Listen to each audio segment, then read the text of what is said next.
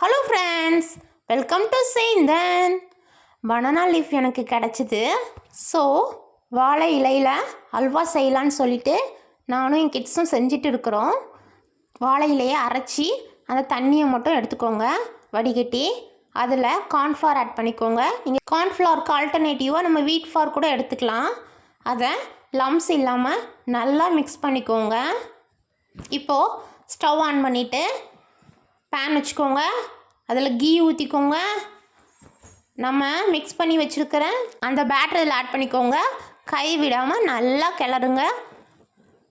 இந்த ஸ்டேஜ் வந்ததுக்கப்புறமா உங்களுக்கு தேவையான சுகர் ஆட் பண்ணிக்கோங்க.